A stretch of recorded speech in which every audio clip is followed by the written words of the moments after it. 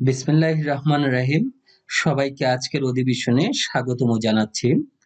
আজকে যে video tutorial নিয়ে আমি এসেছি সেটা হচ্ছে মাইক্রোসফট ওয়ার্ডের টেবিল কিন্তু আমরা অনেক ওয়েতে তৈরি করতে পারি। অনেক পদ্ধতি বা কৌশল ব্যবহার করে আমরা কিন্তু তৈরি করতে পারি। কিন্তু আমি একটা কৌশল ব্যবহার করে আপনাদের মাইক্রোসফট ওয়ার্ডের একটি টেবিল তৈরি করা এখানে শেখাবো।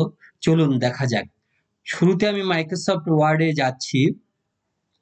যাওয়ার পরে আপনারা লক্ষ্য করেন আমার এই যে ডকুমেন্টটা চলে এসেছে। এই ডকুমেন্ট ফাইলের আমি ইচ্ছা করলে নাম দিতে পারতাম। আমার নিউ মাইক্রোসফট ওয়ার্ড ডকুমেন্ট।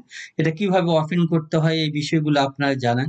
তা কিন্তু সহজেই কিভাবে ইনসার্ট থেকে টেবিলে না গিয়ে আমরা কিভাবে সহজে একটা টেবিল তৈরি করতে পারি এই প্রক্রিয়াটি আমি দেখাবো।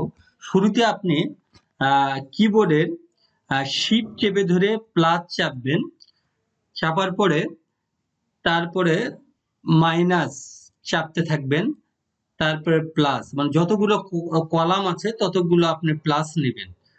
তো সেক্ষেত্রে দেখেন মাইনাস, এখানে আমি প্লাস নিলাম 3টা, আবার মাইনাস চাপছি এবং লাস্টে আপনি ক্লোজ করবেন প্লাস দিয়ে।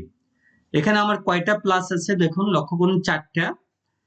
তারপর ইন্টার প্রেস করুন, দেখেন আমার কিন্তু এখানে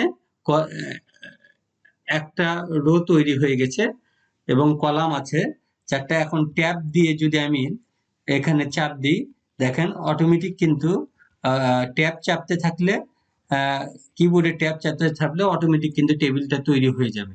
আবার ইচ্ছা করলে আমরা কিন্তু এই যে প্লাস আছে এখান থেকেও টেবিলের কলামটা বাড়াইতে পারি। দেন এখানে মাউস পয়েন্টারটা রাখলেই দেখেন এই যে প্লাস আছে, এই প্লাসটা দিয়ে আমরা কিন্তু কলামটা বৃদ্ধি করতে পারি। এইভাবে সহজেই কিন্তু আমরা মাইক্রোসফট ওয়ার্ডের একটা টেবিল তৈরি করতে পারি। ধন্যবাদ আমার সঙ্গে থাকার জন্য।